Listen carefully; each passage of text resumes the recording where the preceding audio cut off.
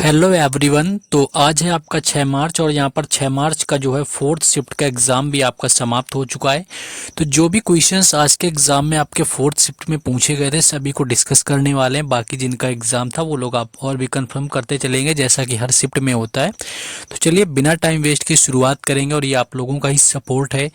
आप इतना सपोर्ट करते हैं चीज़ों को लेकर के। जब कुछ लोगों के कमेंट देखो तो इतना हैप्पीनेस फील होता है अंदर से जब बोलते हो कि मेरे 2 क्वेश्चन सही हो गए आपकी वजह से या 4 हो गए। तो थोड़ा अच्छा लगता है सुन करके। कहीं ना कहीं इनडायरेक्टली थोड़ी बहुत हेल्प ज़रूर कर रहा हूँ और मैं अपने काम भी कर रहा हूँ कहीं ना कहीं। और मेरी कोशिश ये रहती है कि मुझे हमेशा व्यूज ही नहीं होता है कि व्यूज ही चाहिए मुझे।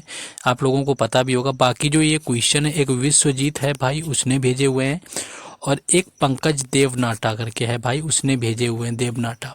ये 2 लोग हैं, पंकज देवनाटा और विश्वजीत भाई, दोनों लोगों ने भेजा हुआ है जिन्होंने कहा था मेरा नाम भी ले लेना। तो चलिए शुरू करेंगे यहाँ पर बिना टाइम वेस्ट किए। पहला क्वेश्चन आपका आया हुआ था नुआखाई त्योहार जो है वो किस राज्य में मनाया जाता है। देखिए नुआखाई की बात करें तो ऑलमोस्ट क्या होता है कई बार एग्जाम में पूछा भी जाता है और आई थिंक ये करंट अगर जो उत्कर्ष चैनल से पढ़ते होंगे कुमार गौरव सर की तो उन्होंने ये कई बार क्वेश्चन कराया हुआ है। तो नुआखाई जो है आपका उड़ीसा से संबंधित होता है। उड़ीसा के कुछ और भी त्यौहार होते हैं जिसमें कि एक रस पर्व होता है, रथ यात्रा मान लिया आपका रथ यात्रा हो गया, और धानु यात्रा एक होता है ये भी आपका उड़ीसा से ही होता है, कई बार पूछा गया।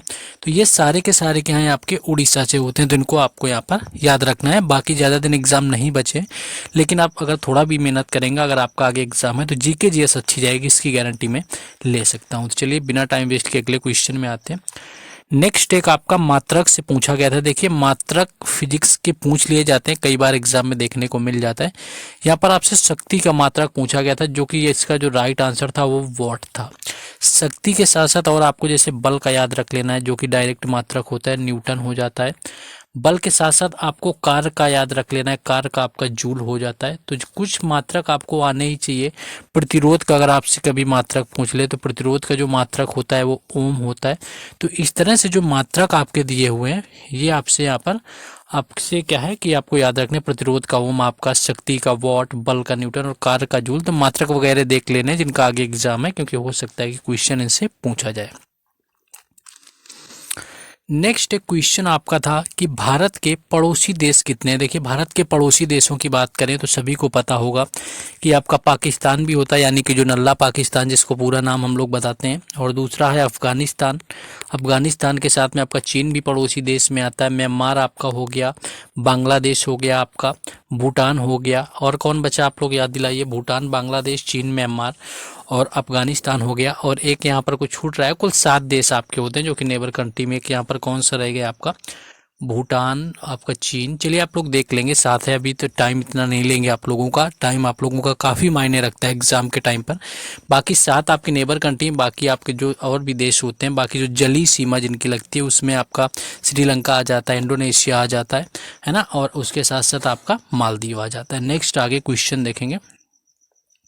देखिए समाज वाला क्वेश्चन मैंने कई बार आपको बताए हुए हैं जब भी समाज की बात हुई, और एक भाई बोल भी रहा था कि सर जो आपने बताया था समाज वाला सत्यशोधक वो आया हुआ था।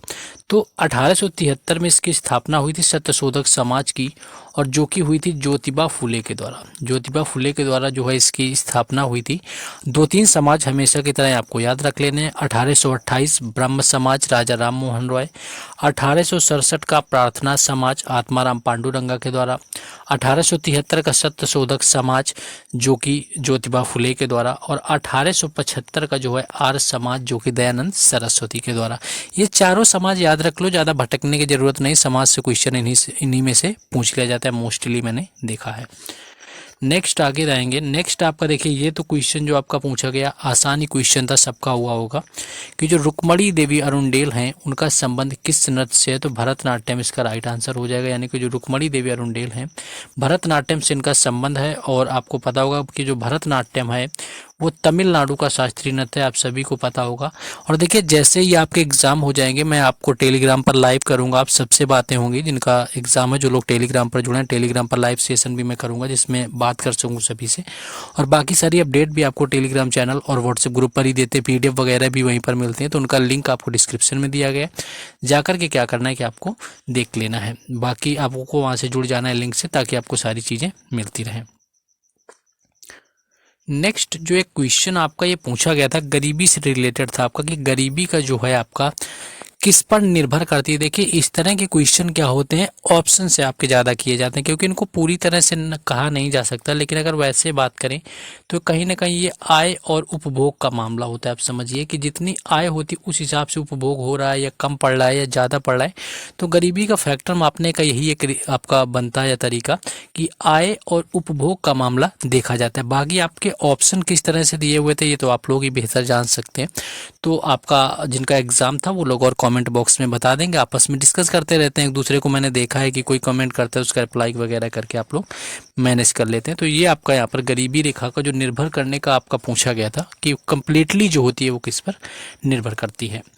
नेक्स्ट एक हाँ आपका टेनिस से क्वेश्चन पूछा गया था। देखिए पॉइंट वाले क्वेश्चन आते हैं तो कई बार हो जाती हैं गलतियां। तो जो पॉइंट में आपके ऑप्शन में आपका 15 दिया हुआ था, जो कि आपका राइट आंसर था, यानी कि जो शुरुआत में पॉइंट होते हैं टेनिस के 15 आपके होते हैं। बाकी आपको यहाँ पर शायद 30 भी दिया था, 60 भी दिया था, 80 भी दिया हुआ था, एक आपका शायद 15 दिया हुआ था। 15 होता है शुरुआती पॉइंट, 15 ऑप्शन में था, तो आपका ये बिल्कुल राइट आंसर हो जाएगा।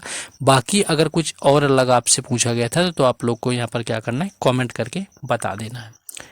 नेक्स्ट क्वेश्चन है, देखिए आयुष्मान भव योजना पूछी गई थी। आयुष्मान भारत योजना अलग है। आयुष्मान जो भारत योजना आई हुई थी वो संबंधित थी आपके मेडिकल से, यानी कि आपकी चिकित्सा से वो संबंधित थी। वो 2018 में आई हुई थी, प्रधानमंत्री जो है मोदी के द्वारा शुरू करी गई थी, और सबसे पहले झारखंड में शुरू करी गई थी, वो थी आयुष्मान भारत योजना। और आयुष्मान भव योजना अगर पूछी गई है तो ये शुरू करी गई परिवार और स्वास्थ्य जो मंत्रालय है, यानी कि परिवार स्वास्थ्य जो मंत्रालय के द्वारा इसको शुरू किया गया था। अगर इसका मंत्रालय वगैरह पूछा गया है तो परिवार स्वास्थ्य मंत्रालय के द्वारा शुरू किया गया, और इसको शुरू किया हुआ था द्रौपदी मुर्मू ने। अगर यहाँ पर नाम पूछा था किसने शुरू किया हुआ था तो फिर द्रौपदी मुर्मू आपका हो जाएगा, क्योंकि देखिए क्वेश्चन आपके 4 से 5 जो है इस शिफ्ट में करंट के देखने को मिले हुए थे। और 4th शिफ्ट के क्वेश्चन क्या होता है, पेपर का लेवल थोड़ा बहुत जब ऊपर नीचे हो जाता है तो क्वेश्चन एग्जैक्टली नहीं मिल पाते हैं, क्योंकि स्टूडेंट जो आप लोग ही होते हैं कहीं ना कहीं आप भूल जाते हैं तो पूरा क्वेश्चन नहीं भेज पाते हैं। नेक्स्ट आ जाते हैं आगे। नेक्स्ट एक क्वेश्चन आपका एशियन गेम का था। एशियन गेम 2022 का आपको पता ही था, बताया था चीन में हुआ था। और 2018 का जो एशियाई खेल था, इससे तो मोस्टली ही क्वेश्चन पूछे जाते हैं कि इसका ध्वजवाहक कौन था, तो आपके नीरज चोपड़ा एक दिन आपका कल ही परसों पूछा गया है। समापन समारोह में कौन थी, तो वो रानी रामपाल थी। तो ये सब आपसे, ये आपका इंडोनेशिया में हुआ था, यानी कि ये जकार्ता इंडोनेशिया में खेले गए थे, और ये आपका चीन में खेले गए थे। आपसे यही देश या आपका शहर वगैरह कुछ पूछा था। तो 2022 का आपका एशियन गेम से रिलेटेड एक क्वेश्चन यहाँ पर देखने को मिला हुआ था। बाकी अगर कोई मिस्टेक हो जाती तो आप लोग उसको सुधार सकते हैं, ना कि आप उसमें इरिटेट होकर कुछ बोलें, क्योंकि काफ़ी हार्डवर्क लगता है इन सारी चीज़ों के पीछे। तो आप लोग आई होप कि समझते होंगे। नेक्स्ट एक आपका बाल श्रम का अनुच्छेद पूछा गया था। देखिए बाल श्रम का जो अनुच्छेद होता है वो अनुच्छेद आपका 23 और 24 आपको पता होगा, ये होते हैं शोषण के विरुद्ध अधिकार। यानी कि इसमें क्या होता है कि जो अनुच्छेद 24 होता है ये आपका बाल श्रम से होता है, यानी कि 14 वर्ष से अगर किसी की आयु कम है किसी बच्चे को, तो उसे जोखिम भरे वाले कारखाने में उससे काम नहीं करवाया जाएगा। तो ये क्वेश्चन आपका यहाँ पर पूछा गया था बाल श्रम से रिलेटेड। आर्टिकल जो है 24 आपका यहाँ पर राइट आंसर था। और आपका जो होता है 23 आपका बंधुआ मजदूरी या खरीद फरोख्त आप समझ सकते हैं, ये आपका अनुच्छेद 23 के अंतर्गत आता है, मौलिक अधिकार में आता है, और मौलिक अधिकार आपके भाग 3 में है। बाकी आपका आरबीआई का एक क्वेश्चन यहाँ पर पूछा गया था। आरबीआई की बात देखिए करें तो आरबीआई के मुख्य कार्य आपसे पूछे गए थे। ये भी कहीं ना कहीं क्वेश्चन आपका ऑप्शन से ही बनता है, क्योंकि एग्जैक्टली कार्य पूछा गया था। तो आपका क्या होता है कि जो वित्तीय स्थिरता होती है, यानी कि जो फाइनेंस सिचुएशन होती है उसको स्थिर बनाए रखना, ये काम होता है आपके आरबीआई का। इसके साथ साथ क्या होता है, ये नोट जारी करने का भी कार्य होता है। तो आपको ये देखना है किस तरह से ऑप्शन दिए हुए थे। बाकी जिन लोगों को याद होगा वो बता दें। बाकी आरबीआई से रिलेटेड आपको इतना याद रखना है, 1935 में आरबीआई की स्थापना हुई थी। इसको स्थापना करने के लिए जो समिति थी वो शिवरमन समिति थी, और उसके साथ साथ आपको देखना है कि 1949 के अंदर आरबीआई का राष्ट्रीयकरण हो गया था। और आपको एक चीज़ और याद रखनी है कि 1947 के पहले जब भारत आज़ाद हुआ उससे पहले क्या था कि आरबीआई म्यांमार के लिए भी केंद्रीय बैंक का काम करती थी। ये क्वेश्चन मोस्ट इंपॉर्टेंट बनेगा कि जो म्यांमार के लिए भी रिजर्व बैंक ऑफ इंडिया पहले केंद्रीय बैंक का काम कर रही थी आज़ाद होने से पहले भारत के, क्योंकि ये क्वेश्चन आपका पूछा गया एसएससी एग्जाम में, तो ये याद रखना है क्योंकि बुक्स वगैरह में मुझे नहीं दिखा अभी तक, लेकिन एसएससी में पूछा गया। तो यही कुछ क्वेश्चन थे जो फोर्थ शिफ्ट में मिले थे, ज़्यादा तो नहीं मिल पाए बोलूँगा। जिनका एग्जाम था वो लोग और क्वेश्चन बता देंगे कॉमेंट बॉक्स में जाकर। बस आपको अपनी रिस्पॉन्सिबिलिटी करनी, do subscribe the channel and like the videos and share also. कल आपका रहेगा, कल के बाद फिर 3 दिन ऑफ रहेगा, तो कल आपको सारे क्वेश्चन शिफ्टों के आपको टाइम से मिलेंगे। जब तक आपका एग्जाम नहीं होगा सारे के सारे यहाँ पर करवा दूंगा। मिलते हैं कल फर्स्ट शिफ्ट में। जय